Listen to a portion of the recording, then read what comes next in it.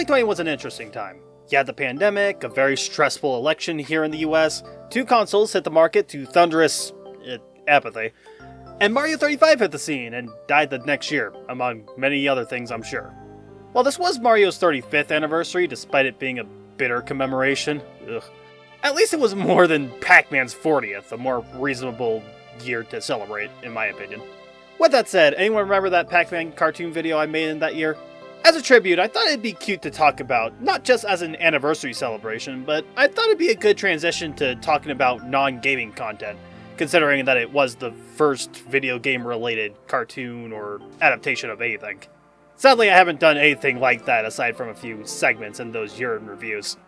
I think I just realized that games are more interesting to talk about in this format, which sucks. I love television, I love movies, I love comics. But I guess stuff like the Disney video I made a while back gives me a little more leeway. Also, fuck y'all for not watching it. Actually, go watch that now. Watch it now, goddammit. Going back to that Pac-Man video, though, I actually didn't want to watch that show alone. I expected it to be a pretty dull experience, not a great sign for a video idea. So I decided to ask some friends to have a little watch party. Suffice to say, they weren't really happy with that idea. One of them, from what I remember, actually complained about it behind my back. Glad our relationship died soon after. Hope you're doing well, Zach. Bitch. But the funniest reaction was from my friend Johnny, who was less sensitive about watching a ghost getting his dick stroked several times. Seriously, that show was a fucking fever dream. But he thought it'd be hilarious to recommend another shitty Hanna-Barbera property as punishment. Which, fair. You know, that is fair. No, I thought I was knowledgeable with Hanna-Barbera. I watched a shit ton of Boomerang as a kid, damn it. But when he mentioned Godzilla, to no surprise he knew that existed, I was kind of bewildered. I'm not really the biggest fan of kaijus. The closest I've ever been interested was with King Kong, which doesn't count, apparently. So since I wasn't really interested in the idea, I kinda shunned it for 5 years, and his fucking mouth kept running, repeating that one-note joke over and over again like it was goddamn Beetlejuice. And you know what? It's April Fool's Day. It's been about 5 years. I might as well get the joke done and over with. Unfortunately, I think the joke is at my expense, which is pretty much this stupid channel's MO at this point. So fuck it, I'm going to see if the Godzilla Power Hour is anything to joke about. I watched 5 episodes and barely remember any of it.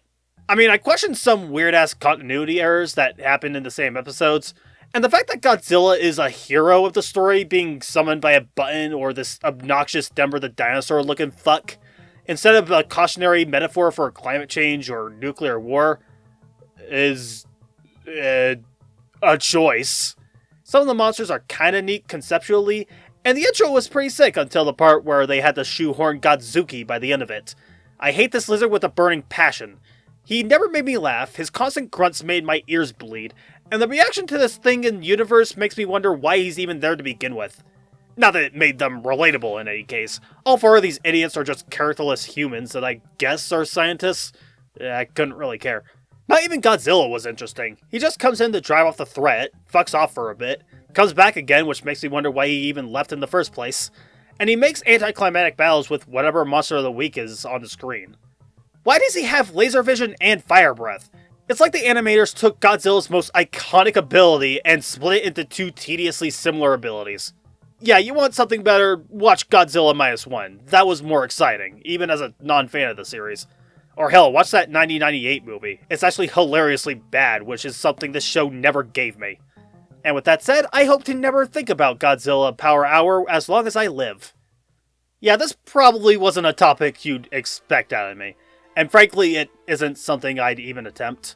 Not just because I'm not the biggest Godzilla fan, like I said, and like I also said, I don't tend to make stuff that isn't gaming related.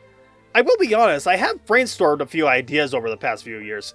From doing a marathon of video game movies to make fun of and analyze, to doing the same with The Big Bang Theory, a show I did watch religiously in the past and want to see how well it held up. I'm going to take a wild guess and say not really.